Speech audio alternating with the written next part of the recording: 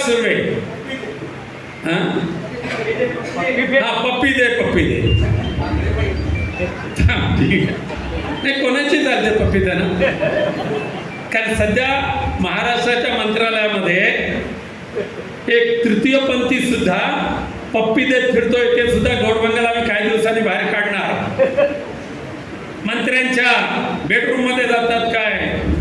दालनामध्ये जातात काय अरे हे नपुसंगांचं सरकार महाराष्ट्रामध्ये बसलेलं आहे हिजड्यांचं सरकार ज्याला म्हटलं पाहिजे ते या महाराष्ट्रामध्ये बसलेलं आहे काय म्हणतो तो पप्पीवाला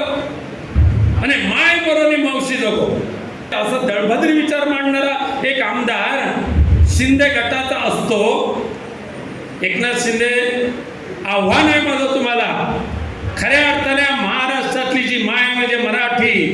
आणि मावशी म्हणजे हिंदी हे त्याने खुलासा जो केलेला आहे तुमच्या आमदाराने मराठी मेली तरी चालेल पण हिंदी जगली पाहिजे हे जे केलेलं विधान तुम्हाला मान्य आहे म्हणून तुम्ही गप्प बसलात का अरे मराठीचे मारेकरी तुम्ही झालात म्हणून दिल्लीवाल्यांचे पाय चाटायला तुम्ही तिकडे गेलेला आहात मराठीच्या मारेकरांना